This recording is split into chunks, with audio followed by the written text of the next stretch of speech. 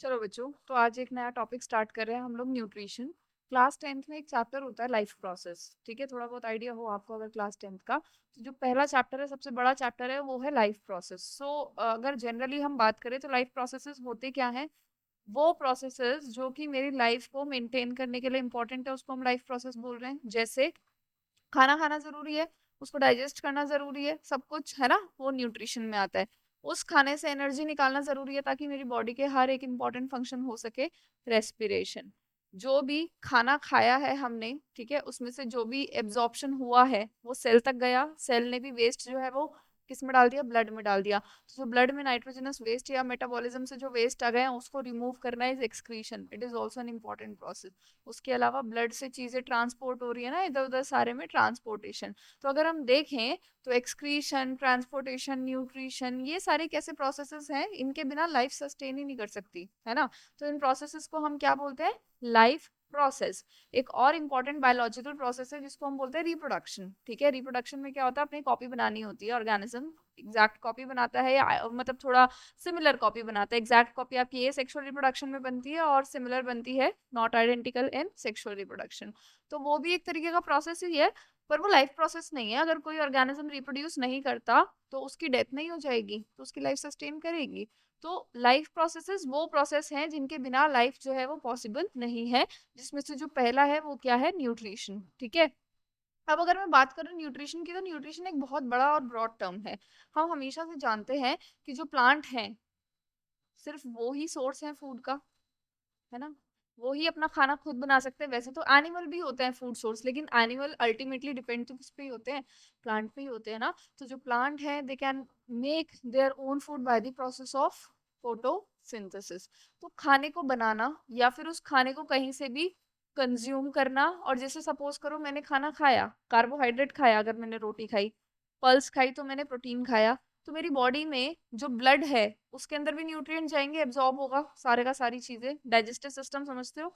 ठीक है, तो डाइजेस्टिव सिस्टम में वो खाना गया, कार्बोहाइड्रेट गए, ग्लूकोज बन गया, प्रोटीन गए, अमाइनो एसिड्स बन गया। अब वो ग्लूकोज अमाइनो एसिड इंटेस्टाइन से मेरे ब्लड में एब्जॉर्ब होके आ जाएंगे, आगे। ठीक है, अब उससे एनर्जी बनानी है, ये सारे प्रोसेसेस जो है ये चलते रहते हैं। तो होता क्या है बच्चों, अगर हम बात करें न्यूट्रिशन की, तो न्यूट्रिशन में दो तीन चीजें आपको लिखनी है यहाँ पे, देखो। एक तो इस प्रोसेस, ये वो प्रोसेस है, अभी बताया मैंने, it is an important life process. तो ये लाइफ प्रोसेस है जिसमें लिविंग ऑर्गेनिज्म प्रोक्यूर कर रहे हैं फूड को। प्रोक्यूर करने का क्या मतलब होता है? कि वो या तो ले रहे हैं किसी से न्यूट्रिएंट, जिसमें हमारे क्या आ जाएंगे? एनिमल्स। ठीक है, हम लोग सारे के सारे प्लांट से लेते हैं, या फिर उसको सिंथेसाइज करें, अब इसमें क्या आ जाएंगे? प्लांट्स। तो खुद खाने को बनाना या किसी और को खाना, सब किसके अंदर आता है? आपका न्यूट्रिशन के अंदर ही आता है। समझ में आया? अब आपने खाने को खा लिया, अब आप उस खाने को तोड़ोगे और उसको किस में कन्वर्ट कर दोगे? सिंपल एब्जॉर्बेबल फॉर्म्स में। समझ में आया? अब हमें जो नेक्स्ट टॉपिक पढ़ना है that is the modes of nutrition. तो जैसा कि हमें पता ही है, प्लांट्स अपना खाना खुद बनाता है, तो उसको क्या बोलेंगे? ऑटोट्रॉफिक मोड ऑफ न्यूट्रिशन, है ना। और हम एनिमल्स जो है वो डिपेंडेंट होते हैं किस पे? प्लांट पे। तो हम क्या शो करते हैं? Heterotrophic mode of nutrition. तो ये डेफिनेशन लिख लिया है, चलें आगे। लिखो बच्चों, modes of nutrition. So if we talk very basic, so we have two modes of nutrition. First, that is shown by the plant, is known as autotrophic, है ना। plants are autotrophic, है ना, क्योंकि वो क्या कर रहे हैं? अपना खाना खुद बना रहे हैं। और जो खुद नहीं बना रहे, जो कि डिपेंडेंट है डायरेक्टली और इनडायरेक्टली किसके ऊपर? ऑटोट्रॉफ्स के ऊपर। तो वो कौन हो जाते हैं बच्चों? ठीक है,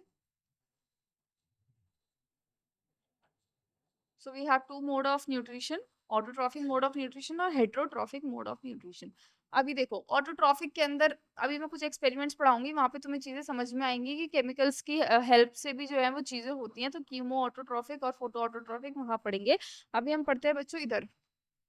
हेट्रोट्रॉफिक में तीन कैटेगरी है। एक है सैप्रोफाइट्स। कौन होते हैं सैप्रोफाइट्स? ये क्या होता है? Saprophytic mode of nutrition. अगर मैं बोलूँ जो डिकम्पोजर्स होते हैं या जो फंगस होती है, वो ये मोड ऑफ न्यूट्रिशन शो करती हैं। तो जो बच्चों डेड एंड डिकेइंग मैटर पे फीड करते हैं, वो कौन हो गए? सेप्रोफिटिक या सैप्रोट्रॉफिक। फॉर एग्जाम्पल कौन खाता है? फंजाई, है ना।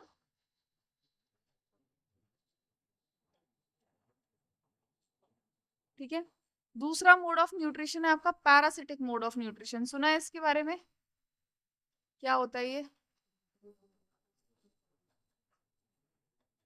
देखो ये क्या करेगा, सपोज करो malaria. Malaria is caused by Plasmodium, है ना। तो प्लाज्मोडियम क्या है? पैरासाइट है। वो बॉडी के अंदर रहेगा, या जो लिक्स होती हैं या जो टिक्स होते हैं वो किसी की बॉडी के ऊपर रहते हैं और वहां से न्यूट्रिशन को कंज्यूम करते हैं। तो जो पैरासाइट है वो बॉडी के अंदर भी हो सकता है, बॉडी के बाहर भी हो सकता है। किसकी? बॉडी के होस्ट ऑर्गेनिज्म की, और वहीं से वो न्यूट्रिशन को डिराइव करता है। ठीक है। लेकिन पैरासाइट की एक खास बात होती है कि वो अपने होस्ट को मारता नहीं है। ठीक है, समझ में आया? तो यहाँ पे पैरासिटिक मोड ऑफ न्यूट्रिशन कहाँ से मिलता है? From the body of host. इसको ये न्यूट्रिशन जो है डिराइव करना है। नेक्स्ट आता है बच्चों, वेरी वेरी इंपॉर्टेंट। क्या समझते हो होलोजोइक से?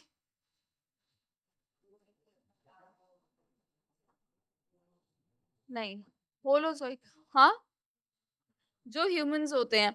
अब ह्यूमंस क्या करते हैं बच्चों, देखो ये इंजेशन शो करते हैं। यानी इंजेशन का मतलब क्या है? एक पार्ट ऑफ द फूड या कंप्लीट फूड को ये इंजेस्ट करते हैं, जैसे हम लोग माउथ से खा रहे हैं, है ना। तो उस तरीके से होता है ये। अगर मैं बोलूँ कि कोई भी holozoic mode of nutrition show करता है तो उसको 5 स्टेप्स को फॉलो करना होता है। ठीक है, किन स्टेप्स को फॉलो करना होता है? 5 स्टेप्स को। अब वो 5 स्टेप्स कैसे हैं, पहले मैं नाम लिख रही हूँ फिर तुम्हें मैं समझाऊंगी। पहला स्टेप है इंजेशन, दूसरा है डाइजेशन, तीसरा है एब्जॉर्प्शन, चौथा है एसिमिलेशन, और पांचवा है egestion. So there is a difference between egestion and excretion. जो आप लोग बोल रहे हो एक्सक्रीशन जो होता है, हम लिक्विड नाइट्रोजनस वेस्ट वो सारी चीजें, है ना, जो एक्सक्रीटरी सिस्टम होता है। इजेशन मतलब सॉलिड वेस्ट की बात हो रही है। तो कोई भी अगर holozoic mode of nutrition show कर रहा है तो ये 5 स्टेप्स उसको फॉलो करने हैं। फॉर एग्जाम्पल हम अपने आप को बेहतर समझ पाएंगे, अपना एग्जाम्पल लो। सपोज करो तुमने एक एप्पल खाया, ठीक है। तो या तो इतना बड़ा तो हमारा मुंह नहीं है कि हम पूरा एप्पल खा लेंगे, एप्पल का एक पार्ट खाएंगे, है ना। तो इंजेशन किया हमने, यानी कि इनटेक करा किसका? फूड का। उसके बाद हमने उसको चबाना स्टार्ट करा, फिर वो हमारे डाइजेस्टिव सिस्टम में गया, तो अब उसका क्या हो रहा है? वो कॉम्प्लेक्स चीज टूट रही है सिंपल में। तो क्या हो रहा है उसका? डाइजेशन। जब वो डाइजेस्ट हो जाएगी और सिंपल चीज बन जाएगी तब उसका वहां पे क्या होगा? इंटेस्टीन में एब्जॉर्प्शन। एब्जॉर्ब होने के बाद वो न्यूट्रिएंट्स मेरे ब्लड में आ जाएंगे, ब्लड से सेल्स में चले जाएंगे, सेल्स उसको यूटिलाइज करके एनर्जी बनाएगी, और उसको यूटिलाइज कर रही है ग्रोथ में या अलग अलग चीजों में, उसको हम क्या बोलते हैं? एसिमिलेशन। और जो इंटेस्टीन में बच गया है वो बॉडी से आउट हो जाएगा, उसको हम क्या बोल रहे हैं बच्चों? डिजेशन। तो ये जो 5 स्टेप्स फॉलो करेगा उसी को हम इसी कैटेगरी के अंदर जो है वो रखेंगे। ठीक है। अब मैं सबके एग्जाम्पल लिखवाऊं। अगर मैं आपसे पूछूं, हम हमेशा से अमीबा का स्ट्रक्चर कुछ ऐसा बनाते थे कि ये हमारा अमीबा है, ये इसका फूड है, और इसने क्या करा? फेगोसाइटोसिस के बाद ये फूड को इनगल्फ कर लिया। तो ये कौन सा मोड ऑफ न्यूट्रिशन शो कर रहा है? कौन सा मोड ऑफ न्यूट्रिशन शो कर रहा है? होलोसोई, क्योंकि इसने इंजेस्ट किया है पार्ट ऑफ फूड को। इसी के अंदर क्या बन जाएगा? वैक्यूल। वैक्यूल के साथ साथ क्या होता है? वहीं पे एंजाइम्स आएंगे, डाइजेशन करेंगे, वहां से काम की चीजें एब्जॉर्ब कर ली जाएगी, यूज करी जाएगी, और जो बेकार की चीजें उसे बाहर कर देंगे। तो अमीबा, पैरामीशियम, ह्यूमंस, हम क्या शो करते हैं बच्चों? Holozoic mode of nutrition. तो मैं सारे एग्जाम्पल्स लिख दूं तो उसको अपने सेल में तो एक्टिविटीज करानी है ना, यूटिलाइजेशन ऑफ न्यूट्रिएंट्स। ठीक है, चले बच्चों। यहाँ पे फंगस हो गया, यीस्ट और मैनी बैक्टीरिया यहाँ आप लिख सकते हो एग्जाम्पल में। इसके एग्जाम्पल्स में क्या क्या लिखूं? प्लाज्मोडियम, बहुत सारे हैं बच्चों, ये तो तुम्हें पता भी होंगे। टेपवर्म, लीच, ठीक है। कसकटा एक प्लांट के ऊपर, मैंगो प्लांट भी जनरली अपने आप को क्या कर लेता है? इस तरीके से सराउंड कर लेता है उसको, और वहीं से वो न्यूट्रिशन लेता है, क्योंकि ये फोटोसिंथेसिस नहीं कर पाता तो भाई इसको न्यूट्रिशन तो चाहिए, कहाँ से लेगा? दूसरे प्लांट से। ठीक है, और होलोजोइक के 3 एग्जाम्पल्स लिख दूं। कौन कौन से बताए मैंने? Amoeba, paramecium and human. ठीक है, डन। हाँ, अभी मैं इनकी होलोजोइक की कैटेगरी बताऊंगी ना आपको, हर्बीवोर, कार्निवोर और ओमनिवोर्स। ठीक है बच्चों, चलो इसी चार्ट को हम यहीं पे कंटिन्यू करेंगे। होलोजोइक के अंदर हम लोग क्या देख रहे हैं कि इंजेक्शन हो रहा है फूड का। अब वो हम फूड कौन सा खा रहे हैं उसके हिसाब से भी हम एनिमल्स को, ऑर्गेनिजम्स को बांट देते हैं तीन कैटेगरी में। जो घास खाएगा हर्बीवोर, ठीक है, जो मीट खाएगा कार्निवोर, जो दोनों खाएगा ओमनिवोर। ठीक है, तो होलोजोइक की ही थ्री कैटेगरीज हैं, यहीं पे मैं ऐड कर रही हूँ। क्या क्या है बच्चों? हर्बीवोर, इसके बारे में नहीं लिखवाऊं ना, पता है ना आप लोगों को, है ना?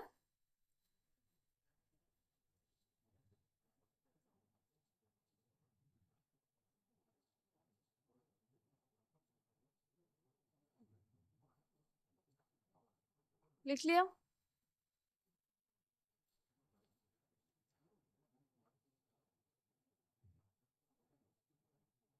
अब हमें कुछ इंपॉर्टेंट चीजें पढ़नी है बच्चों। अब आप हेडिंग डालिए, ऑटोट्रॉफिक न्यूट्रिशन इन प्लांट्स। ठीक है, कोशिश करेंगे आज की क्लास में प्लांट्स खत्म करेंगे और दूसरी क्लास में हम एनिमल्स खत्म करेंगे, तो हमारा न्यूट्रिशन पूरा हो जाएगा। ठीक, इस चैप्टर के साथ साथ आपको पढ़ना है क्लास 11th का फोटोसिंथेसिस। अर्णव क्या हो गया, नींद आ रही है? चलो हेडिंग डालो बच्चों, autotrophic nutrition in plants.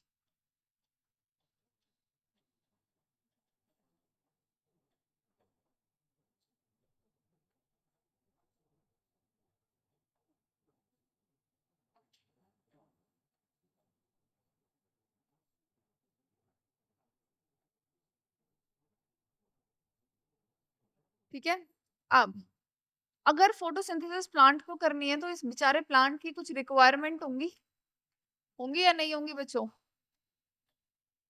Photosynthesis करनी है, देखो ऑटोट्रॉफिक न्यूट्रिशन का मतलब ही ये है कि प्लांट अपना खाना खुद बना रहा है। बचपन में हमने पढ़ा था, एक प्रोसेस से बनाता है जिसको हम क्या बोलते हैं बच्चों? फोटोसिंथेसिस। सिंथेसिस का क्या मतलब होता है?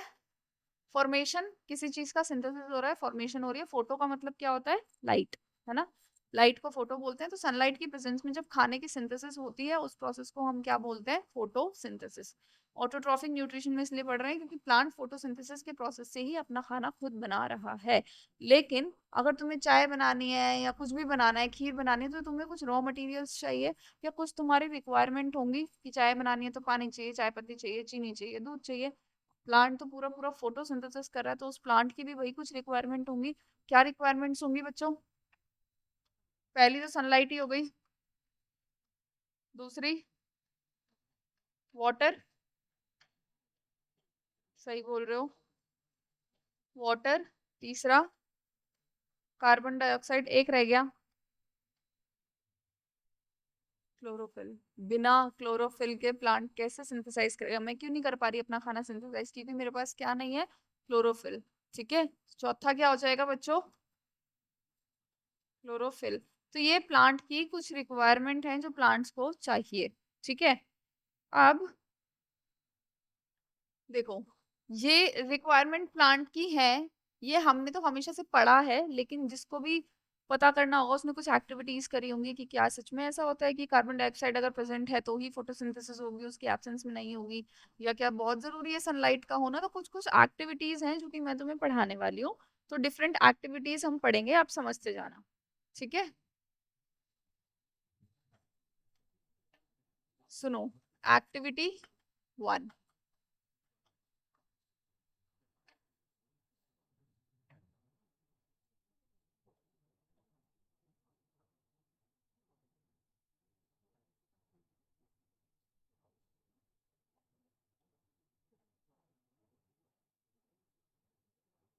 बेल जार समझते हो ना बच्चों? एक इस तरीके का जाल होता है जिसकी शेप होती है किसकी? बेल की जैसी। ऐसा उसको हमने उल्टा रखा हुआ है।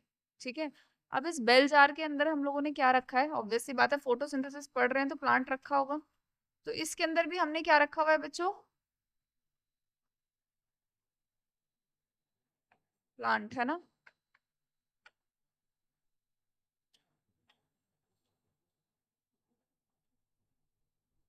ठीक है, सेम यहाँ पे भी मैंने क्या रखा है, एक प्लांट। तो ये दो अलग अलग सेटअप बना रही हूँ मैं। ठीक, एक सेटअप ये है बच्चों, दूसरा सेटअप ये है, समझ में आया। तुम्हें अभी तो इसमें दोनों में कुछ फर्क नहीं नजर आ रहा होगा। मैंने क्या करा है, एक प्लांट को लिया है, उसको मैंने बेल जार के अंदर रख दिया। एक सेटअप है मेरा ए, एक सेटअप है मेरा बी। ठीक है, so this one is A and this one is B. लेकिन ये जो प्लांट मैंने यहाँ पे रखे हैं, इसको एज इट इज ही मेरी मन मर्जी से उठा के नहीं रखा। पहले मैंने इसको कुछ दिन तक शेड में रखा। अगर मैं शेड में रखूंगी तो मुझे पता है कि सनलाइट जो है वो जरूरी है, किसके लिए, फोटोसिंथेसिस के लिए। अब ये पता है ना कि फोटोसिंथेसिस से ग्लूकोज बनता है, और प्लांट में ग्लूकोज किस फॉर्म में स्टोर होता है, स्टार्च की फॉर्म में। और इतनी बेसिक नॉलेज आपको है कि जो स्टार्च होता है वो आयोडीन की प्रेजेंस में ब्लू ब्लैक कलर देता है। तो ये सारी चीजें जो है इसको हमें यहाँ पे अप्लाई करना है। ठीक है, अब हम क्या चेक कर रहे हैं इस एक्टिविटी में कि क्या कार्बन डाइऑक्साइड नेसेसरी है या नहीं है। So we are checking if carbon dioxide is necessary or not. अब हमें क्या करना है, सबसे पहले मैंने इसको छांव में रख दिया, कुछ दिन इसको छांव में रख दिया, इसका जो भी स्टार्च था वो यूटिलाइज हो गया होगा। अब नया स्टार्च कब बनेगा, जब सारी जो चारों रिक्वायरमेंट्स है वो पूरी हो जाएंगी। ठीक है, अब सेटअप ए की मैंने चारों रिक्वायरमेंट पूरी कर दी। क्या, इसको CO2 भी दे दिया, इसको वाटर भी दे दिया, इसको मैंने सनलाइट भी दे दी, और इसके पास क्या है, ऑब्वियस सी बात है हरी पत्तियां हैं तो क्लोरोफिल तो है ही। दूसरे सेटअप में मैंने क्या करा, वाटर दिया, भाई वाटर डाल दिया इसमें सॉइल में। मैंने सनलाइट दी, क्यों, क्योंकि वही बेल जार मैंने यहीं पास में रखा है इसके, तो सनलाइट इस पे भी पड़ रही है और इस पे भी पड़ रही है। दूसरा, भाई हरी पत्तियां इसकी भी हैं, मैंने क्लोरोफिल इसको भी दिया। अब क्योंकि मुझे यही पढ़ना है कि क्या सच में कार्बन डाइऑक्साइड की एब्सेंस में हो जाएगी फोटोसिंथेसिस, तो मुझे बी सेटअप से कार्बन डाइऑक्साइड को हटाना पड़ेगा। अब मैं कार्बन डाइऑक्साइड को कैसे हटा सकती हूँ, मैं क्या करूंगी, यहाँ पे कॉटन रख दूंगी, किसमें, बी सेटअप में।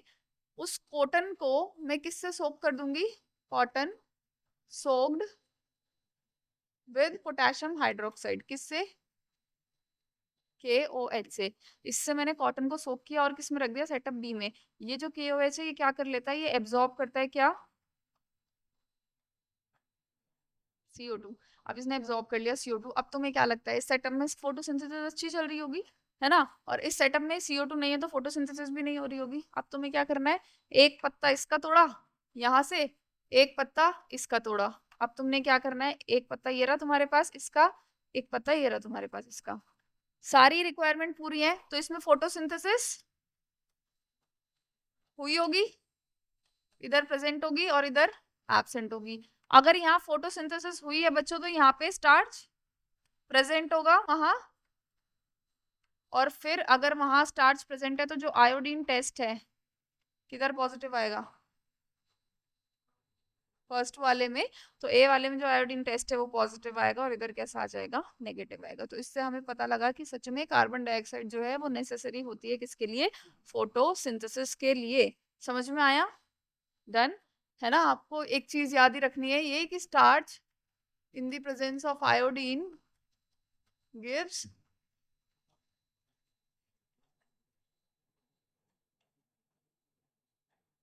याद रखना है बच्चों ये, it gives blue black colour. चलें आगे।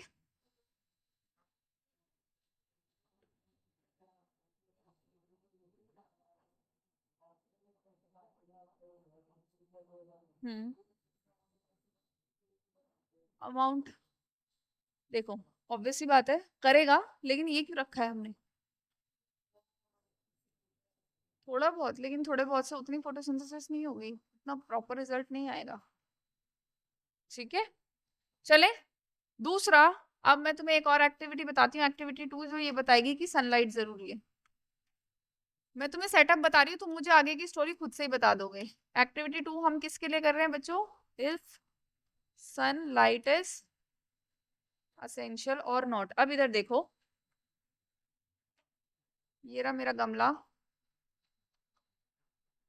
ये रहा मेरा प्लांट।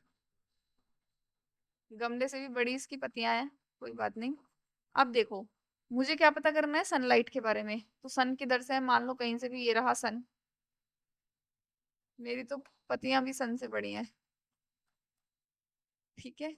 अब मुझे ये पता करना है कि क्या सनलाइट की एब्सेंस में फोटोसिंथेसिस होगी या नहीं होगी। तो मैं क्या करूंगी, एक लीफ को ढक दूंगी आधा, किससे, किसी भी पेपर से। तो मैंने क्या करा बच्चों, ये रहा, इस लीफ को आधा मैंने किससे ढक दिया, पेपर से। तो धूप इतने पार्ट पे पड़ रही है, उतने पार्ट पे नहीं पड़ रही। उससे पहले इसको डिस्टार्च कर लेंगे, ये याद रखना। पहले उसको उसमें रखेंगे शेड में, इसका सारा स्टार्च यूज हो जाएगा। फिर आप इसको कवर करके रखोगे किसमें, धूप में। ठीक है। उससे क्या होगा, आधे पे शेड आ रही है और आधे पे क्या है, सनलाइट आ रही है। अब आप कुछ टाइम के बाद इस पत्ती को तोड़ लोगे। अब बताओ क्या होगा बच्चों, जो हाफ है उस पे तो ब्लू ब्लैक कलर आ जाएगा और इस पे नहीं आएगा। इससे पेपर है वो,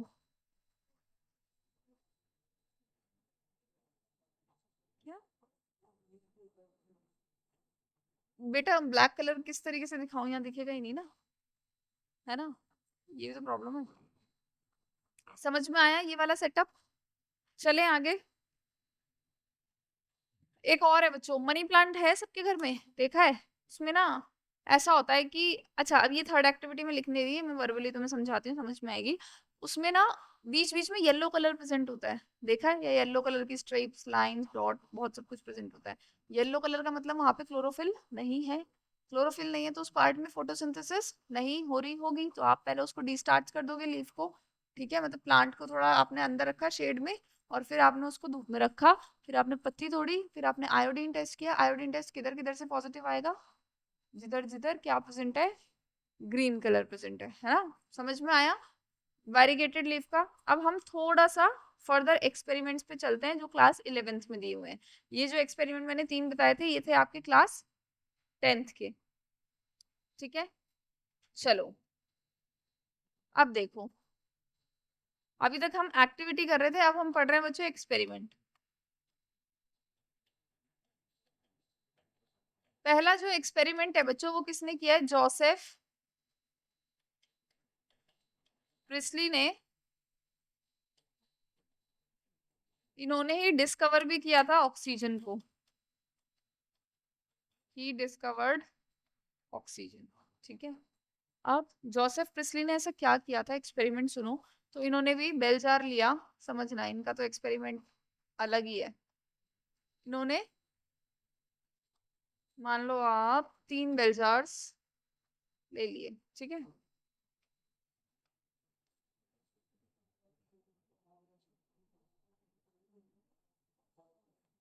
नहीं, उन्होंने ऐसी कोई टर्म्स यूज ही नहीं की। अभी सुनना, उन्होंने क्या किया, उन्होंने इस बेल जार में, पहले इस बेल जार को नीचे से लॉक कर दिया जाए। ठीक है। अब ये वाला जो बेल जार है, उन्होंने क्या करा बच्चों, कैंडल जलाई यहाँ पे इस बेल जार में।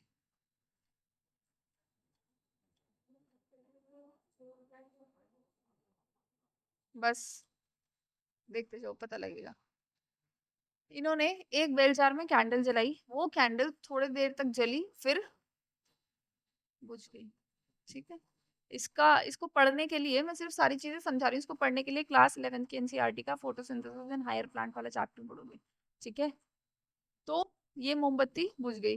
फिर दूसरे में उन्होंने चूहा लिया। अब चूहा कैसे बनाऊं मैं, मान लो ये रहा। ठीक है। दूसरे जार में उन्होंने चूहा रखा। अब चूहा थोड़ी देर तक जिंदा रहा, फिर मर गया। ठीक है। चूहा मरा, ही तो हमें समझ में आ गया क्यों, क्योंकि ऑक्सीजन खत्म हो गई भाई, तुमने जार को बंद कर दिया।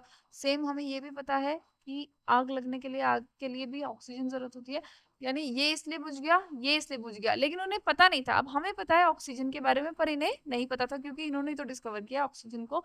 तो इन्होंने बोला, बोलने से पहले तुम्हें थर्ड वाली चीज बताती हूँ इसमें क्या रखा इन्होंने।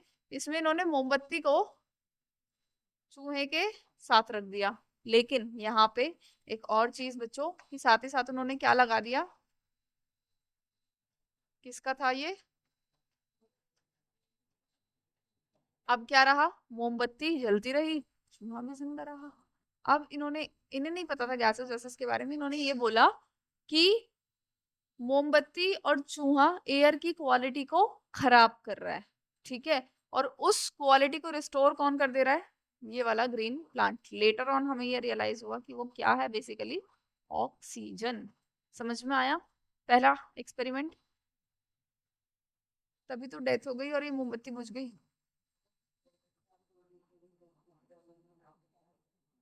हाँ, उन्होंने जो किया था, आप उसको जरूरी नहीं है कि आप अपना करके देख सकते हो, एक्टिविटीज तो कर लेते हैं। ठीक है, अब देखो, अब इसी सेटअप को लेके एक दूसरे साइंटिस्ट ने काम किया, नाम है उनका जैन इंगेनहाउस। स्पेलिंग देख लेते हैं। सो जैन इंगेनहाउस ने क्या किया, इस सेटअप को एक बार दिन में रखा और इसी सेटअप को एक बार रात को रखा। समझ गए होंगे तो अब क्या होने वाला है, दिन में फोटोसिंथेसिस होगी, ऑक्सीजन होगी, और रात में फोटोसिंथेसिस नहीं होगी। तो इन्होंने क्या किया, एक बार डे में रखा और एक बार सेम सेटअप, और एक बार कहाँ रखा बच्चों, रात में। डे में क्या होने वाला है, फोटो सिंथेसिस होगी और यहाँ पे नहीं होगी। तो अब तुम समझ गए कि दिन में क्या होने वाला है और रात में क्या होने वाला है। कि रात के टाइम पे, अगर सपोज करो रात के टाइम पे हम ये दिलासा दे रहे हैं किसी को कि अरे हमने तो मिंट का पौधा लगा दिया, ना चूहा मरेगा ना ये, लेकिन वो मरेगा क्यों, क्योंकि रात को फोटोसिंथेसिस नहीं हो रही है, और oxygen is a by product of photosynthesis, so both will not. तो यहाँ पे कैंडल भी बुझ जाएगी और माउस विल नॉट सर्वाइव। क्या आपको समझ में आई इतनी स्टोरी इनकी? चलें आगे। कोई बात नहीं, वो तो चलता रहता है। तुम तैयार हो जाने के लिए? नहीं बेटा, थोड़ा मुश्किल हो जाता है।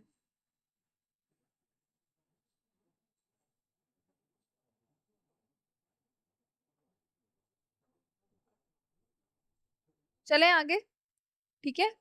साथ ही साथ इन्होंने एक और चीज बताई थी, इंगेन हॉस ने ये भी बता दिया था बच्चों, जो पानी में रहने वाले प्लांट्स होते हैं वो कुछ बबल्स बबल्स बबल्स रिलीज करते हैं ऑक्सीजन के। तो ऑब्वियस सी बात है, अगर वो पानी में और गैस रिलीज करें तो बबल्स तो आएंगे ही, ठीक है, नॉट अ बिग डील। इसके बाद आता है बच्चों एक बहुत इंपॉर्टेंट एक्सपेरिमेंट, एंगलमैन्स एक्सपेरिमेंट। नहीं,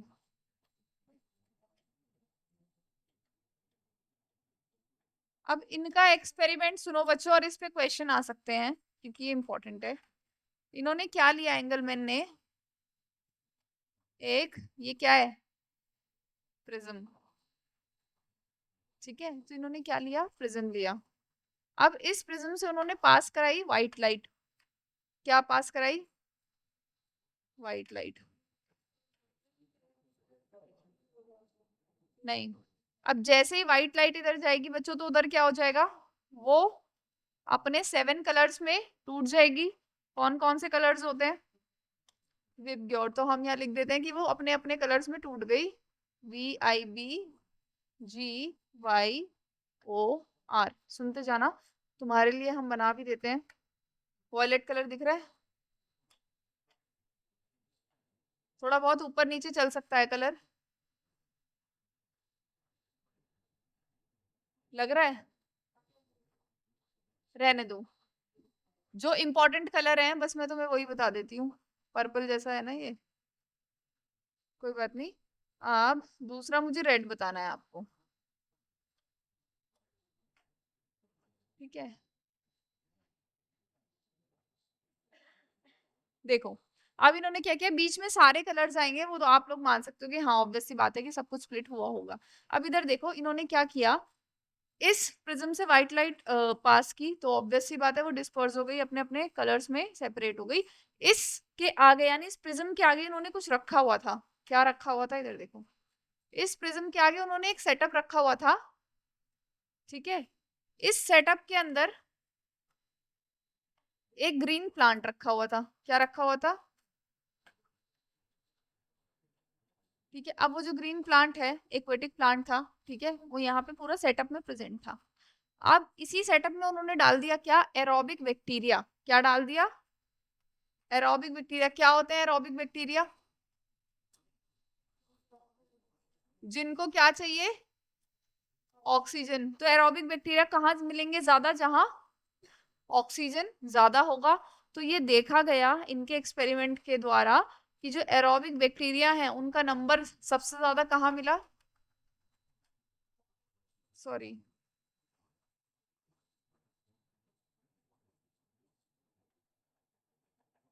ब्लू और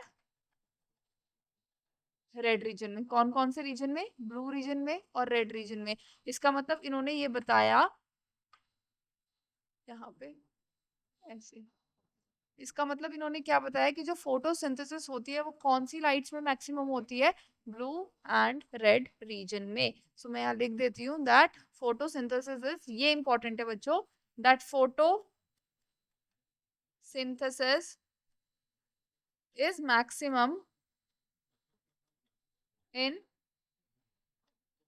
ब्लू और रेड। समझ में आया, चलें आगे, चले। हम्म, पानी में प्लांट्स होता है,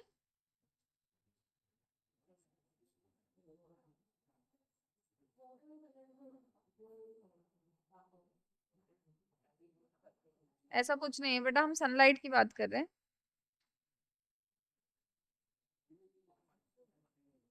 पूछो।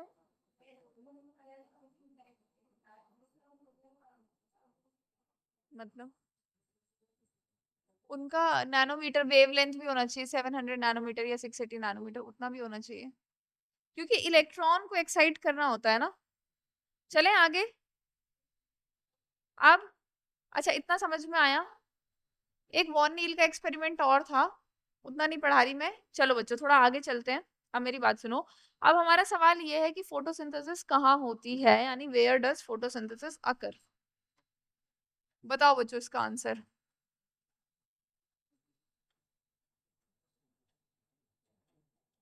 थोड़ा सा और कोशिश करो वेदांश। ठीक है, तो अगर मैं बात करूं फोटोसिंथेसिस कहाँ होती है, तो ऑब्वियस सी बात है green part of the plant में होती है। Green part of the plant में ऐसा क्या है, कौन सी सेल्स है, पैरेन्काइमा में मैंने पढ़ाया था जब, मीजोफिल सेल्स याद है। पैरेन्काइमा जब क्लोरोफिल स्टोर कर लेती है, one of the example is the mesophyll cell. जो green part of the plant है, स्पेशली लीव में एक टाइप ऑफ सेल प्रेजेंट होती है जिसको हम क्या बोलते हैं बच्चों, मीजोफिल सेल। उस मीजोफिल सेल के अंदर सारे ऑर्गेनल प्रेजेंट होंगे, उसमें से एक ऑर्गेनल क्या होगा, क्लोरोप्लास्ट। याद है क्लोरोप्लास्ट का स्ट्रक्चर हमने पढ़ाया था क्लास 9th में।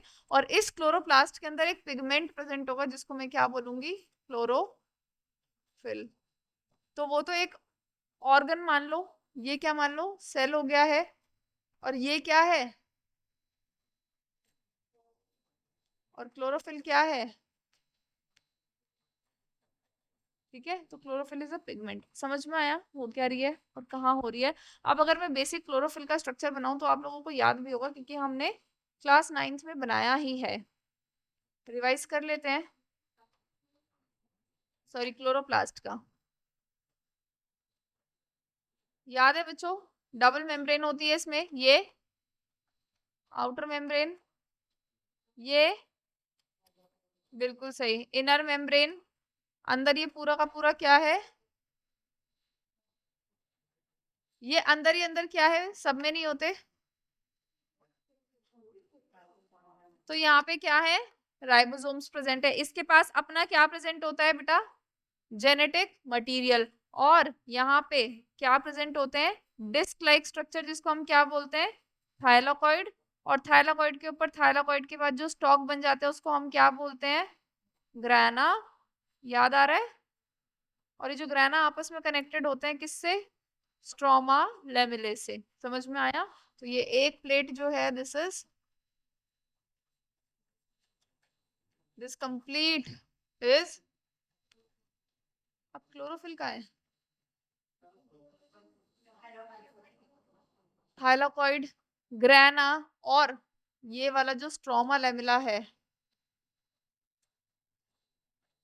इनके अंदर क्या प्रेजेंट होता है बच्चों? Chlorophyll. So chlorophyll is present in the wall of thylakoids या ग्रेना एंड स्ट्रोमा लेमिले। तो मैं यही नोट पे लिख देती हूँ,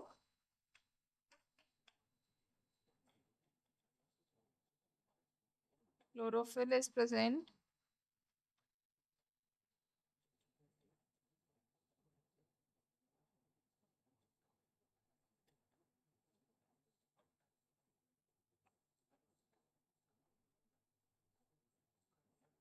अब जो क्लोरोफिल है उसका काम क्या है? लाइट को एब्जॉर्ब करना।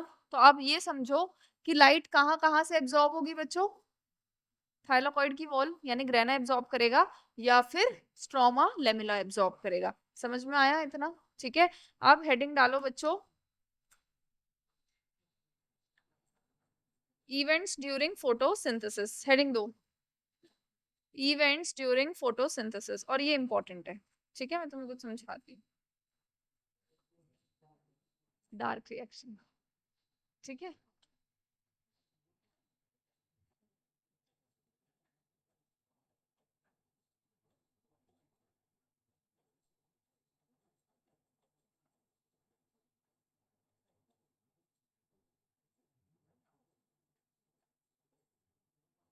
देखो, ये जो फोटोसिंथेसिस है ना बच्चों, ये दो मेजर स्टेप्स में होता है।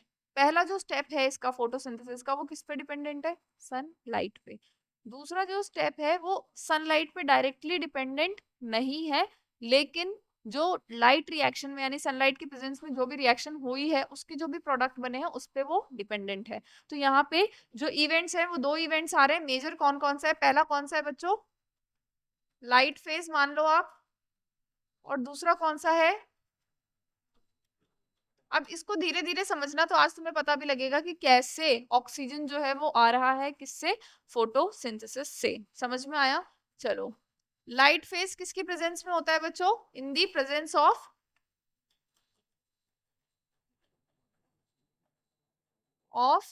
लाइट। अब डार्क फेज का मतलब ये बिल्कुल नहीं है कि ये रात को होगा। समझ रहे हो? डार्क फेज को समझो। डार्क फेज का मतलब ये है कि वो डायरेक्टली सनलाइट पे डिपेंडेंट नहीं है लेकिन सनलाइट के प्रोडक्ट पे डिपेंडेंट है, यानी लाइट फेज और डार्क फेज साइमल्टेनियसली चलते हैं, कुछ मिली सेकेंड्स का अंतर होता है। समझ में आ रहा है? तो लाइट फेज में कुछ चीजें बन रही है जो डार्क फेज में यूज हो रही है, क्योंकि डार्क फेज का मतलब ये बिल्कुल नहीं है कि हमें लाइट फेज में हमने चीजें बना के रख ली और हमें रात तक का वेट करना पड़ेगा, ऐसा कुछ नहीं होने वाला। तो it depends on the products of light phase. भाई ऐसा क्या बन रहा है लाइट फेज में? क्या प्रोडक्ट हैं ऐसे? तो इसके लिए सबसे पहले मैं आपको सिखाती हूँ बच्चों फोटोसिंथेसिस की रिएक्शन। क्या होती है रिएक्शन, पता है? हम्म, क्या क्या होता है? कार्बन डाइऑक्साइड चाहिए, वाटर चाहिए, ग्लूकोज बन रहा है, ये सारा होगा ना इस रिएक्शन में। अब इस चीज को समझने की कोशिश करना। पहले मैं तुम्हें पढ़ाती हूँ बच्चों। देखो, फोटोसिंथेसिस की रिएक्शन हो क्या रहा है? कार्बन डाइऑक्साइड चाहिए फोटोसिंथेसिस के लिए, और इन दी प्रेजेंस ऑफ वाटर, क्योंकि ये भी एक तरीका का क्या था? By product. और क्या होनी चाहिए? और क्या होना चाहिए? अब क्या बन जाएगा इससे? Glucose C6। और साथ ही रिलीज होते हैं कुछ वाटर के मॉलिक्यूल्स। और सबसे इंपॉर्टेंट, समझ में आया? ठीक है, अब यहाँ पे बैलेंस करने के लिए 6 आता है, 12 आता है, यहाँ पे 6 आता है, यहाँ पे 6 आता है। अब इस चीज को समझो और इधर देखो। बस बहुत नॉर्मली एक चीज देखना, ये कार्बन डाइऑक्साइड है, अगर मुझे इस कार्बन डाइऑक्साइड से, इधर देखो अर्नव, एक ही रिएक्शन में मैं तुम्हें सारे फेज बताने की कोशिश करूंगी। ये देखो, अगर ये कार्बन डाइऑक्साइड है, इस कार्बन डाइऑक्साइड को सॉरी इस ग्लूकोज से कंपेयर करो।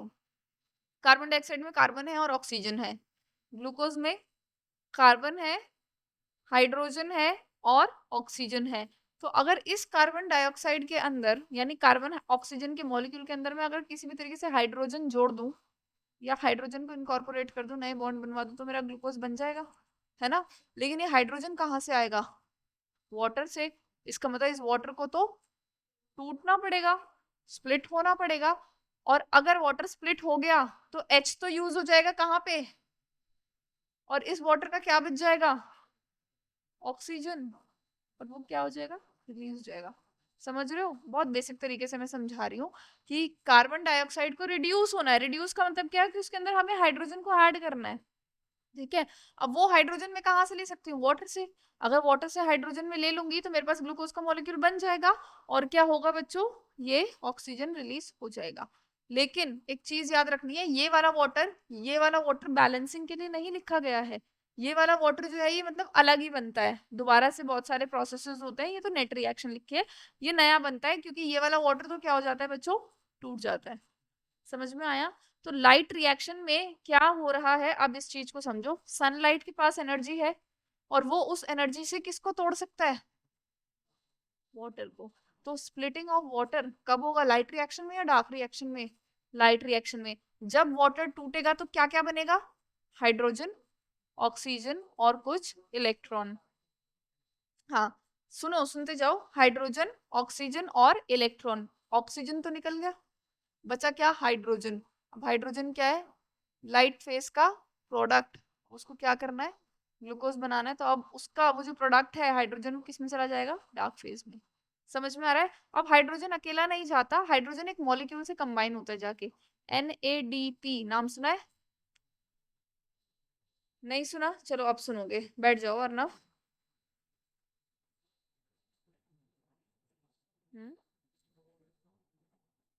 निकोटिनामाइड, ठीक है। अब देखो, लाइट फेज में द मोस्ट इंपॉर्टेंट इवेंट क्या हुआ है बच्चों, क्या पढ़ाया अभी मैंने,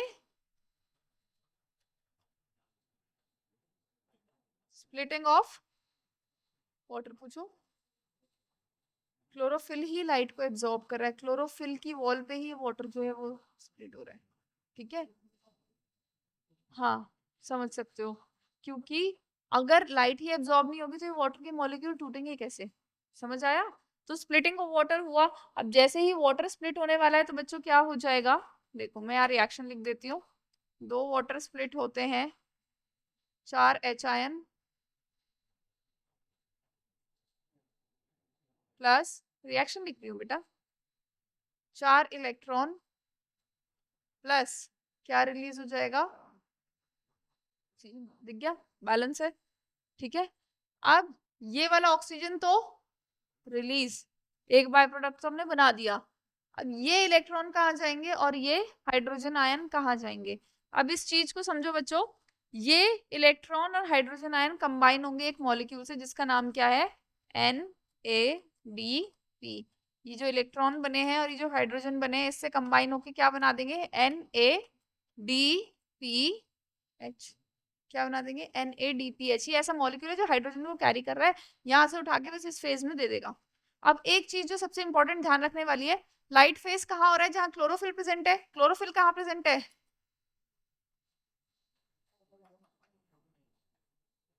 और डार्क फेज कहाँ होगा, स्ट्रोमा में। स्ट्रोमा, लेमिला में भी क्लोरोप्लास्ट है, याद करो भी बताया था मैंने, है ना। स्ट्रोमा जो कि मैट्रिक्स है, वहां पे कौन सा फेज होने वाला है, डार्क फेज। तो ये कहाँ पे होगा, स्ट्रोमा में, ठीक है। समझ में आया। उसके अलावा लाइट फेज में एक और इंपॉर्टेंट चीज होती है, एनर्जी से ADP को कन्वर्ट कर दिया जाता है किसमें, ATP में। समझ में आया। अब ये जो NADPH और ATP है ये एनर्जी मॉलिक्यूल्स है, और अब इसको कौन यूज करेगा बच्चों, dark phase. Nicotinamide adenine dinucleotide phosphate, क्योंकि डी लिखा है ना इसलिए डाई। लिखवा दूंगी, ठीक है बच्चों। अब क्या होने वाला है यहाँ पे, NADPH के पास क्या है बच्चों, H। अब ये H हमें किस में इनकॉर्पोरेट करना है, CO2 में। अब ये CO2 कहाँ से आया, प्लांट के पास, अरे स्टोमेटा है उसके पास, ले सकता है CO2, उसने लिया CO2, यहाँ से आया H, अब क्या हो जाएगा, फॉर्मेशन ऑफ ग्लूकोज। समझ में आया इंपॉर्टेंट इवेंट क्या है डार्क फेज का? इधर स्प्लिटिंग ऑफ वाटर और NADPH बनाना, ATP बनाना। समझ में आया? इनऑर्गेनिक फॉस्फेट, देखो डाईफॉस्फेट में जब एक और फॉस्फेट ऐड करोगे तभी ट्राईफॉस्फेट होगा ना, दो फॉस्फेट में एक और ऐड करोगे तभी तीन। इनऑर्गेनिक फॉस्फेट, फॉस्फेट है।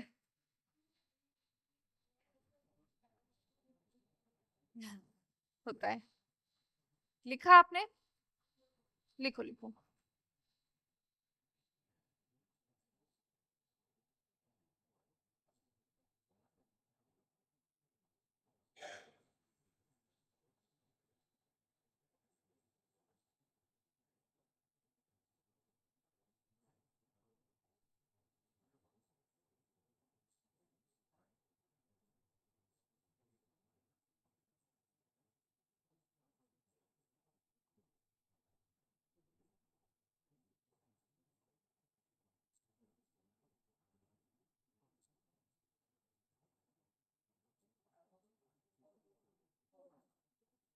क्या? पैरासिटिक मोड ऑफ न्यूट्रिशन में वेनम, वेनम, वेनम तो जहर होता है ना। नहीं, वेनम कैसे आ जाएगा? अब चलो, अब हम कुछ डिफरेंस लिखते हैं बच्चों, किसके फेज में, किसके बीच में, लाइट फेज और डार्क फेज के। इधर वेदांश बात नहीं बेटा, देखो अब हम कुछ डिफरेंस लिख रहे हैं बच्चों, किसके बीच में, लाइट फेज के और,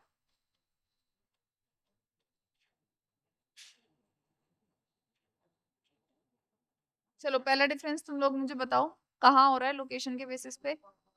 लोकेशन लिख लेते हैं इसकी,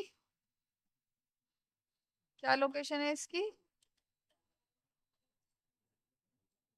थाइलाकॉइड एंड स्ट्रोमल एमिले भी आ जाएगा यहाँ, यहाँ पे। दूसरा डिफरेंस बताओ, कौन लाइट से डिपेंडेंट है डायरेक्टली, कौन इंडिपेंडेंट है ना? So it is light dependent and it depends on the product of light phase, है ना?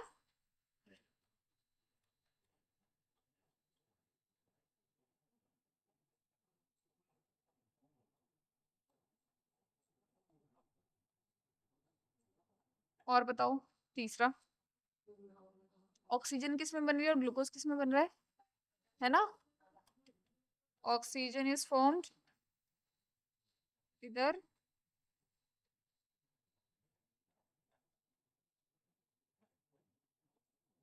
ग्लूकोज इज फॉर्म्ड, लिखा।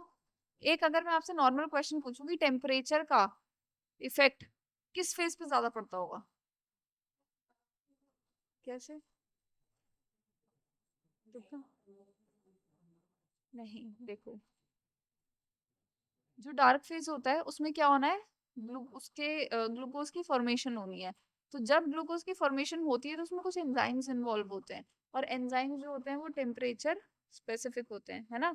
टेम्परेचर थोड़ा भी इधर उधर हुआ, एंजाइम काम करना बंद कर देता है। तो कौन है टेम्परेचर डिपेंडेंट बच्चों, किसका ज्यादा टेम्परेचर पे, किसका ज्यादा इफेक्ट पड़ता है? हाँ, तो यहाँ लिख देती हूँ, टेम्परेचर हैज लिटिल इफेक्ट,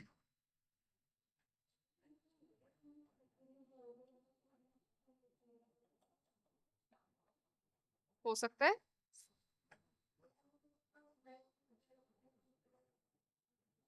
अभी बताती हूँ।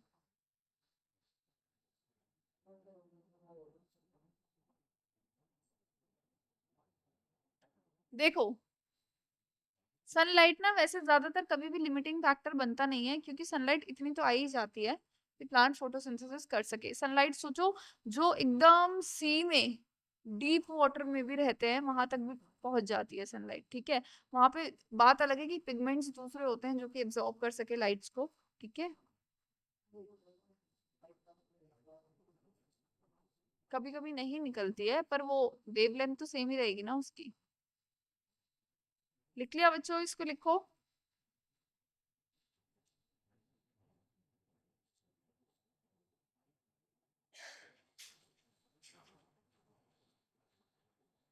लिखा? चले आगे।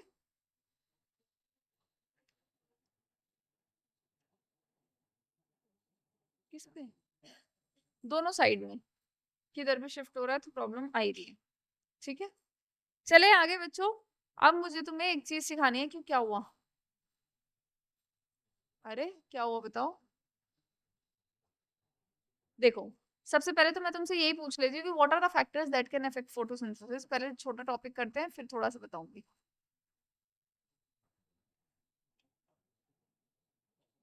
What are the factors affect photo,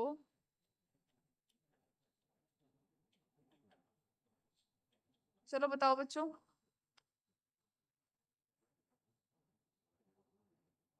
duration of sunlight, सही बात है, फोटो पीरियड।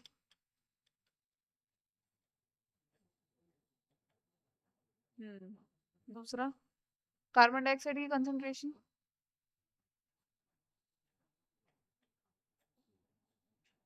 तीसरा, टेम्परेचर, टेम्परेचर पे भी फर्क पड़ता है। चौथा, number of leaves in a plant, है ना। पांचवा, number of chloroplast in a leaf.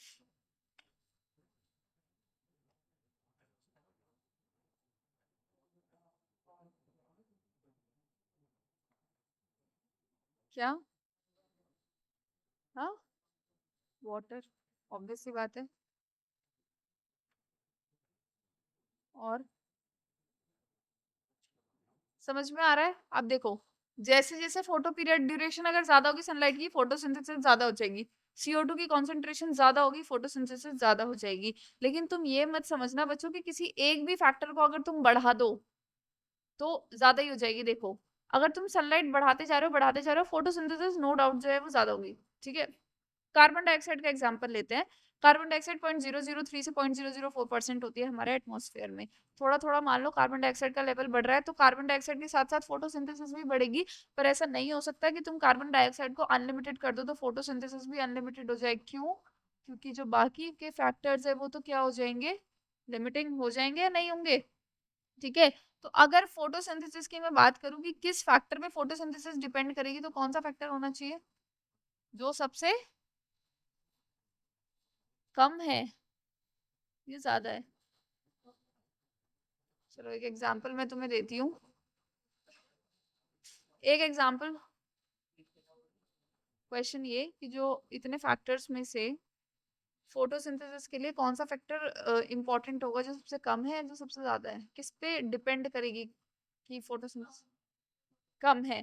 कैसे? सपोज करो कि मैंने तुमको एक वर्कशीट दी है और मैंने तुम्हें बोला है कि ऐसे नहीं, सपोज करो मैंने एक एक्टिविटी दी है तुमको कि तुम्हें एक चीज बनाकर लेकर आनी है। क्या एग्जांपल दे सकते हैं इसमें? तुम्हें एक मॉडल बनाना है, वर्किंग मॉडल। ठीक है, वर्किंग मॉडल में क्या क्या लगता है? बैटरी, बल्ब और वायर। ठीक है, अब एक मॉडल नहीं बनाना तुम्हें, तुम्हारी मान लो फैक्ट्री है। ठीक है, उसमें बैटरी है तुम्हारे पास 15, बल्ब है तुम्हारे पास 20 और वायर है तुम्हारे पास 30। तुम कितना बना सकते हो? हाँ मान लो छोटी सी फैक्ट्री। मैक्सिमम तुम यहाँ से कितना आउटपुट ले सकते हो ऋषभ? 15। अब ये तुमने 15 बोल दिया, चलो दूसरा। 45, 50, 60। अब बताओ तुम कितने बना सकते हो? कैसे बना दोगे 100? तुम्हें पूरा मॉडल बनाने के लिए तीनों चीजें चाहिए। जब बैटरी सबसे कम है, जितनी बैटरी होगी उतने ही तुम्हें बल्ब यूज करोगे, उतनी ही तुम वायर यूज करोगे, यानी अल्टीमेटली तुम्हारा प्रोडक्ट कितना आएगा? 45। यानी कि किस पे डिपेंड कर रहा है, कौन से फैक्टर पे डिपेंड कर रहा है? जो कि सबसे कम है। सिमिलरली यहाँ पे एक लॉ दिया गया था जिसको हम बोलते हैं ब्लैकमैन्स लॉ ऑफ लिमिटिंग फैक्टर। क्या नाम है इसका? Blacksmith.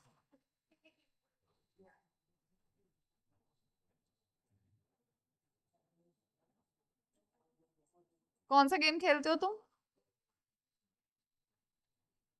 So ब्लैकमैन्स law of limiting factor बच्चों यही बोलता है कि जो फोटोसिंथेसिस है वो किस पे डिपेंड करती है, उस फैक्टर पे जो क्या है सबसे ज्यादा लिमिटेड। समझ में आया?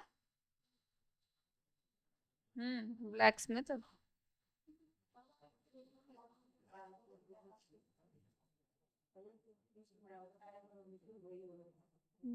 कोई बात नहीं, हम यहाँ एसएसटी नहीं पढ़ रहे ना, चलो इसको नोट करो, फिर थोड़ी थोड़ी चीजें मैं तुम्हें बताती हूँ।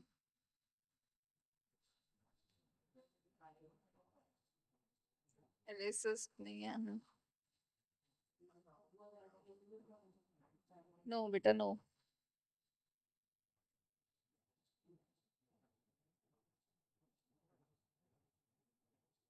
किसी को भी डाउट नहीं आ रहा है?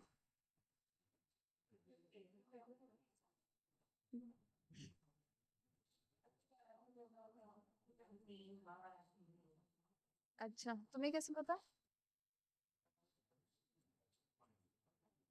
ओके। अच्छा बच्चों, उसको दिखते नहीं है, नहीं मुझे नहीं दिखता, उसको तो दिख रहा होगा। अच्छा, अब एक चीज समझो बच्चों, एक टेक्निक होती है पेपर क्रोमैटोग्राफी, जिससे हम किसी चीज को सेपरेट कर सकते हैं। ठीक है, पूरा सेटअप तुम्हें केमिस्ट्री में पढ़ाया जाएगा, है ना? पढ़ा दिया। चलो थोड़ा सा मैं तुम्हें बताती हूँ जितना मेरा यहाँ पे इस्तेमाल होने वाला है।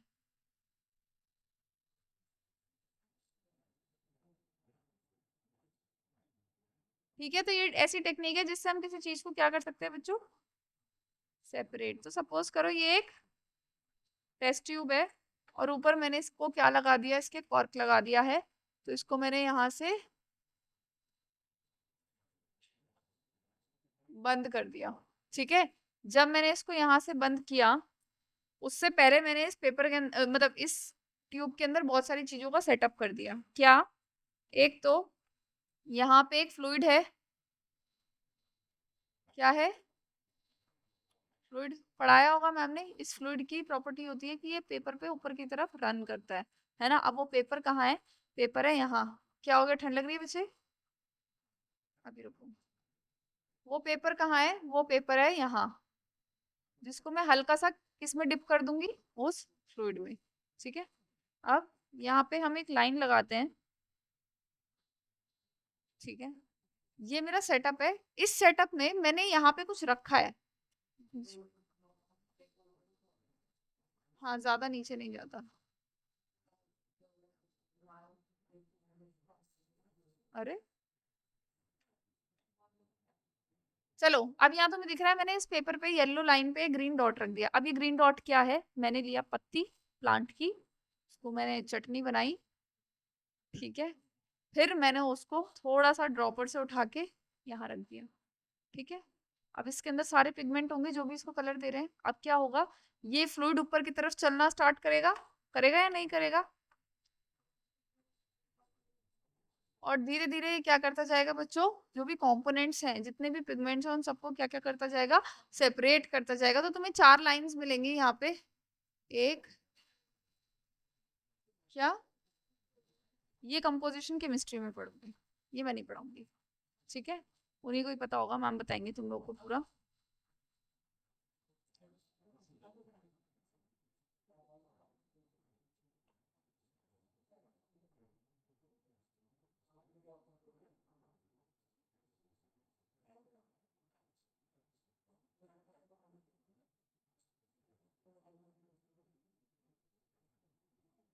देख लो बच्चों, देख लो, मैं कुछ पढ़ा रही हूँ तुम लोग को। ठीक है, पिगमेंट्स के कलर में प्रॉपर मुझे याद नहीं है, मैं तुम्हें बता दूंगी कौन कौन से होते हैं। अभी चार पिगमेंट जो है अलग अलग हो गए। ये वाला ग्रीन कलर का कौन सा पिगमेंट है आपका? Chlorophyll A. ये कौन सा है? Chlorophyll B. ये कौन सा है? ऑरेंज कलर का? कैरोटीनॉइड। कैरोटीनॉइड। और लास्ट वाला कौन सा है?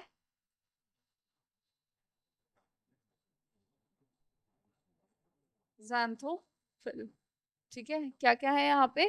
क्लोरोफिल ए, क्लोरोफिल बी, कैरोटीनॉइड, ज़ैंथोफिल। ये क्या है बच्चों? दीज आर दी पिगमेंट्स किसके? प्लांट के। मेन पिगमेंट पूछा जाए कौन सा है? Chlorophyll is the main. हाँ, किसमें पिगमेंट होता है, ठीक है। और ये बाकी के कौन से पिगमेंट्स है बच्चों? ये वाले असिस्ट करेंगे, हेल्प करेंगे किसकी? क्लोरोफिल ए की। जितनी भी लाइट को एब्जॉर्ब करेंगे किसको दे देंगे? क्लोरोफिल ए को। मेन पिगमेंट है क्लोरोफिल ए, तो इनको हम क्या बोलते हैं बच्चों? These are the accessory pigments. नहीं नहीं, ये व्हाइट मैंने बना दिया, व्हाइट नहीं होता है ये, ठीक है। इसको नोट करो बच्चों, चलो जल्दी बनाओ इसको। और ये पिगमेंट्स याद रख लेना कौन सा मेन होता है आपका और कौन सा एसेसरी है।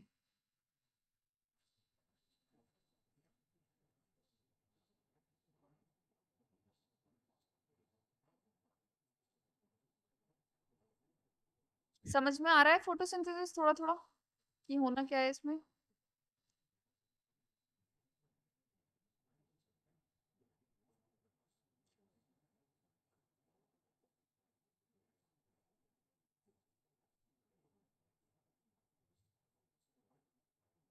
बस एक में तुम्हें साइक्लिक और नॉन साइक्लिक फॉस्फोराइलेशन करा, बस।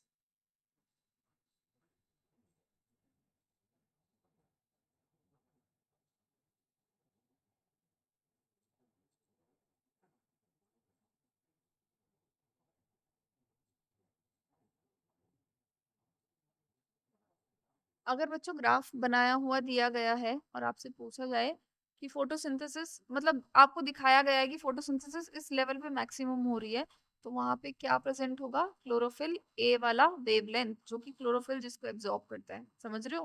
क्योंकि क्लोरोफिल ए मेन पिगमेंट है, यहीं पे सबसे ज्यादा क्या होती है? फोटोसिंथेसिस।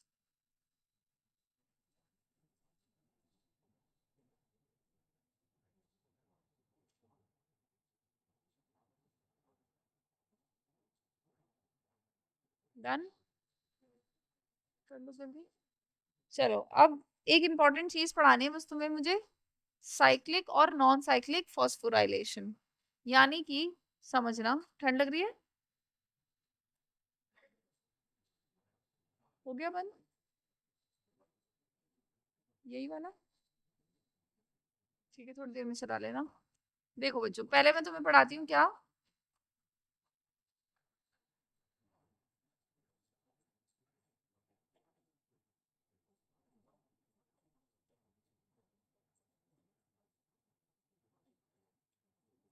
फॉस्फोराइलेशन का मतलब होता है बच्चों, एडीपी में फॉस्फेट ऐड हुआ और क्या बन गया? एटीपी। एटीपी कब बनता है? जब लाइट फेज होता है, याद है? और लाइट फेज कब होता है? जब सनलाइट होती है। और सनलाइट की प्रेजेंस में बहुत इंपॉर्टेंट चीज बताई थी मैंने, क्या होती है? Splitting H2O। और H2O की स्प्लिटिंग होती है तब क्या बनता है? ऑक्सीजन, हाइड्रोजन और इलेक्ट्रॉन्स। चलो अब हम चलते हैं आगे। सनलाइट की एनर्जी से, ठीक है, सर्कल, ठीक है। सुनो, प्लांट के पास दो फोटो सिस्टम्स होते हैं। फोटो सिस्टम्स यानी कि कौन सी वेवलेंथ को जो है प्लांट एक्सेप्ट कर रहा है। एक वेवलेंथ है 700 नैनोमीटर और एक है कौन सी? 680 नैनोमीटर, दो है, ठीक है। अब मेरी बात समझ जाना, थोड़ा सा कॉम्प्लिकेटेड है, बस यही लास्ट टॉपिक है तुम्हारा। प्लांट का जो फोटो सिस्टम 1 और 2 दोनों प्रेजेंट होते हैं थाइलाकॉइड में। और सिर्फ फोटो सिस्टम, चलो अभी धीरे धीरे समझाऊंगी, पहले समझो कि अगर मैं बात कर रही हूँ थाइलाकॉइड की या ग्रैना की, तो उसकी वॉल में दो फोटो सिस्टम्स प्रेजेंट होंगे। कौन कौन से? फोटो सिस्टम 1 और फोटो सिस्टम 2। यही अरेंजमेंट होती है, 2 पहले होता है और 1 बाद में होता है, ठीक है। फोटो सिस्टम 2 एब्जॉर्ब कर सकता है लाइट कितने नैनोमीटर की बच्चों? 680 नैनोमीटर की। और पी S1 यानी फोटो सिस्टम 1 कितने की करता है? 700 नैनोमीटर की। अब क्या होता है बच्चों, बहुत ध्यान से देखते जाना। सपोज करो सनलाइट पड़ी इस पे, फोटो सिस्टम 1 पे, तो उसकी एनर्जी की वजह से फोटो सिस्टम 1 में वही इंपॉर्टेंट प्रोसेस होने वाला है, क्या? वाटर टूट जाएगा, कितने में? 4 हाइड्रोजन चार हाइड्रोजन, चार इलेक्ट्रॉन और सारी पिगमेंट्स प्रेजेंट है जो लाइट को एब्जॉर्ब कर रहे हैं, जो अभी हमने पढ़े थे। वो ही है ये। ऐसा जो इतने नैनोमीटर की लाइट एब्जॉर्ब कर रहा है उसको हम बोल रहे हैं फोटो सिस्टम 2। समझ में आया? सारे, इसमें सारे एसेसरी पिगमेंट, फोटो सिस्टम्स में क्लोरोफिल है और सारे एसेसरी पिगमेंट प्रेजेंट है इसमें भी। ठीक है, पर यहाँ पे 680 नैनोमीटर पे काम होता है, यहाँ पे 700 नैनोमीटर पे काम होता है। समझ में आया? अब हुआ क्या, वैसे ही जैसे सनलाइट पड़ी कितने नैनोमीटर की बच्चों, 680 नैनोमीटर की फोटो सिस्टम 2 पे, तो उसने क्या कर दिया, उस एनर्जी को यूटिलाइज करके वाटर की स्प्लिटिंग कर दी, चार हाइड्रोजन, चार इलेक्ट्रॉन और ऑक्सीजन का मॉलिक्यूल। ऑक्सीजन तो क्या हो गया, इवॉल्व, वो तो बन गया। अब ये बचे चार हाइड्रोजन और चार इलेक्ट्रॉन। हाइड्रोजन को छोड़ दो, हम इलेक्ट्रॉन को ट्रेस करेंगे। अभी जो इलेक्ट्रॉन है जैसे ही बना ही एक्साइट होता है, पढ़ा है आपने, इलेक्ट्रॉन एक्साइट होकर ऊपर जाता है। ठीक है, तो ये जो इलेक्ट्रॉन है बच्चों, ये क्या हो गया यहाँ पे, एक्साइट। यहाँ पे बहुत सारे मॉलिक्यूल्स होते हैं जो इलेक्ट्रॉन्स को एक्सेप्ट कर लेंगे। ठीक है, पकड़ लेंगे इलेक्ट्रॉन को, उसको हम बोलते हैं इलेक्ट्रॉन एक्सेप्टर। क्या बोलते हैं, इलेक्ट्रॉन एक्सेप्टर। तो जो इलेक्ट्रॉन यहाँ से निकला है ये कौन ले जाएगा, electron acceptor 1, electron acceptor 2, electron acceptor 3, और किसको दे देगा ये इलेक्ट्रॉन, फोटो सिस्टम 1 को। ठीक है, थोड़ा थोड़ा समझने की कोशिश करो। हुआ क्या, जैसे ही फोटो सिस्टम 2 पे लाइट पड़ी है 680 नैनोमीटर की, वहां वाटर की स्प्लिटिंग हो गई, जो इलेक्ट्रॉन्स बने वो इलेक्ट्रॉन्स एक्साइट हो गए, उनको कौन ले गया, इलेक्ट्रॉन एक्सेप्टर 1 2 3, उसने कहा ले गए, फोटो सिस्टम 1 के पास। अब इस फोटो सिस्टम 1 पे भी तो सनलाइट पड़ेगी, पड़ेगी या नहीं पड़ेगी, पड़ रही है। अब क्या हो रहा है, फोटो सिस्टम 1 पे जो है वो सनलाइट पड़ रही है और उसके भी इलेक्ट्रॉन क्या हो जाएंगे, एक्साइटेड। लेकिन photo system 1 water splitting show ही नहीं कर रहा, तो उसके पास इलेक्ट्रॉन कहाँ से आए। समझ में आया? तो अब इसके इलेक्ट्रॉन जो है ये क्या हो जाएंगे बच्चों, एक्साइट। ये भी एक्साइट हुए, इसको किसने लिया, इलेक्ट्रॉन एक्सेप्टर 1, इलेक्ट्रॉन एक्सेप्टर 2। मैं बिल्कुल नाम नहीं लिख रही हूँ ताकि तुम लोगों को कोई दिक्कत ना हो। और उसके बाद ये जो इलेक्ट्रॉन एक्सेप्टर है ये किसको प्रोवाइड, इलेक्ट्रॉन किसको प्रोवाइड कर दी जाएंगे, अल्टीमेटली लास्ट में कौन एक्सेप्ट करेगा इसको, Na। जब ये इलेक्ट्रॉन लेता है, जब ये हाइड्रोजन लेता है तो ये क्या बनाता है, याद करो, क्या ये लाइट रिएक्शन का एक प्रोडक्ट नहीं था, है ना? अब तुम बोलोगे कि मैम लाइट रिएक्शन का ऑक्सीजन हमें पता लग गया, लाइट रिएक्शन का हमें NADPH पता लग गया, एटीपी किधर बन रहा है, तीनों चीजें पता लग जाए तो लाइट रिएक्शन हो जाए ना। तो एटीपी क्या होता है, जब ये इलेक्ट्रॉन 2 को 3 को ट्रांसफर किए जाते हैं, इसी एनर्जी से क्या होता है बच्चों, ADP में इनऑर्गेनिक फॉस्फेट ऐड हो जाता है और क्या बन जाता है, ATP। तो बन गया ना लाइट रिएक्शन का।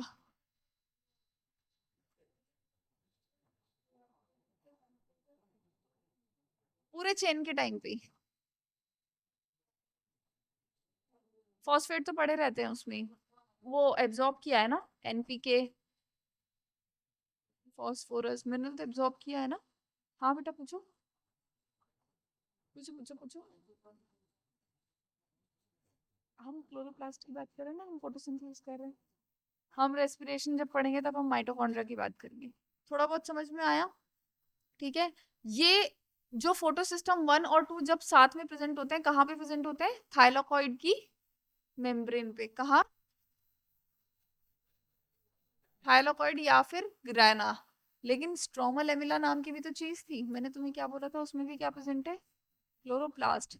लेकिन वहां पे एक ही तरीके का फोटो सिस्टम प्रेजेंट होता है, दैट इज फोटो सिस्टम 1, 700 वाला। कौन सा होता है, फोटो सिस्टम 1। लेकिन याद करो फोटो सिस्टम 1 पे तो इलेक्ट्रॉन जो है वो आएंगे कहाँ से, क्योंकि यहाँ तो वाटर की स्प्लिटिंग नहीं हो रही है, नहीं हो रही है ना। तो होता क्या है कि वहां पे फोटो सिस्टम 2 में घूम फिर के इलेक्ट्रॉन जो है वो क्या होता रहता है बच्चों, वापस आता रहता है। अब तुम बोलोगे कि अगर मैम इलेक्ट्रॉन वापस आ रहा है तो NADPH नहीं बनेगा क्या, क्योंकि इलेक्ट्रॉन तो लास्ट में ले गया ना, तो NADPH नहीं बनता है उसमें। वहां पे सिर्फ क्या बनेगा, समझ में आया? थोड़ा बहुत अभी मैं तुम्हें लिख के बताती हूँ। साइक्लिक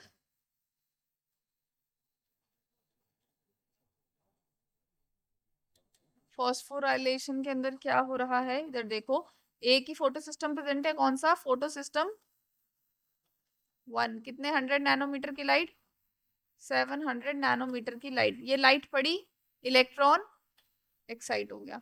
इलेक्ट्रॉन एक्साइट हुआ, कौन ले गया इसको electron, acceptor 1, electron acceptor 2, electron acceptor 3, और उसके बाद वापस से लाके दे दिया इसको इलेक्ट्रॉन।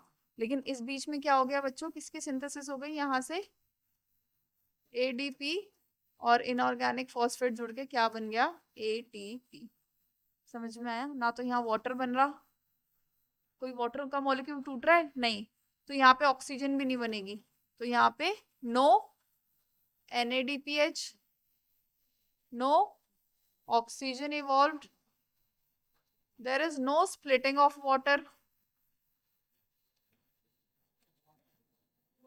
नहीं डार्क फेज नहीं है, सनलाइट की प्रेजेंस में हो रहा है ना। ठीक है, और कोई भी फोटो सिस्टम 2 यहाँ पे इन्वॉल्व नहीं है, नो PS2 इज इन्वॉल्व। और क्योंकि इलेक्ट्रॉन वापस आ गए हैं फोटो सिस्टम 2 पे, तो वो इलेक्ट्रॉन डेफिशिएंट हुआ ही नहीं। अगर वो इलेक्ट्रॉन डेफिशिएंट हुआ ही नहीं तो वाटर की स्प्लिटिंग की जरूरत पड़ी ही नहीं, और अगर वाटर स्प्लिट हुआ नहीं तो ऑक्सीजन भी बना नहीं। समझ में आया, अब दोनों को तुम लोग ड्रॉ करो अच्छे से, देख लो। इसको ड्रॉ कर लो पहले, करो अर्णव, समझते समझते ड्रॉ करो। तो इस तरीके से फोटोसिंथेसिस का मुझे जितना पढ़ाना था मैंने अपनी तरफ से पढ़ा दिया है। बाकी आप लोग डाउट्स वगैरह लेकर आना मेरे पास, उसकी कोई दिक्कत नहीं है।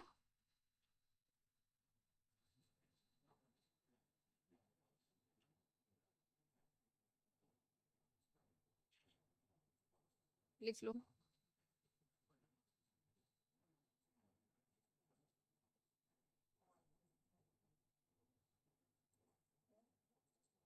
पढ़ा दो डाइजेशन।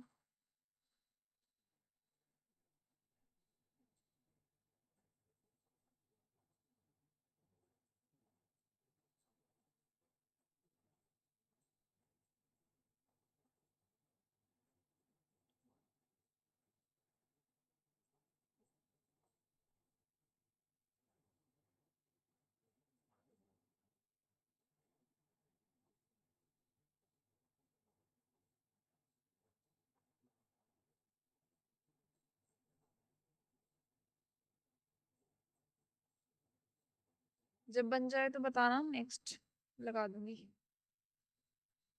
क्या होगा,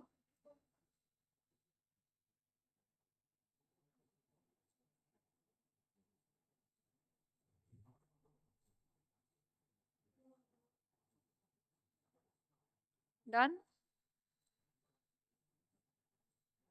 कुछ पूछना है बच्चों इसमें, इसको बना लो अर्णव।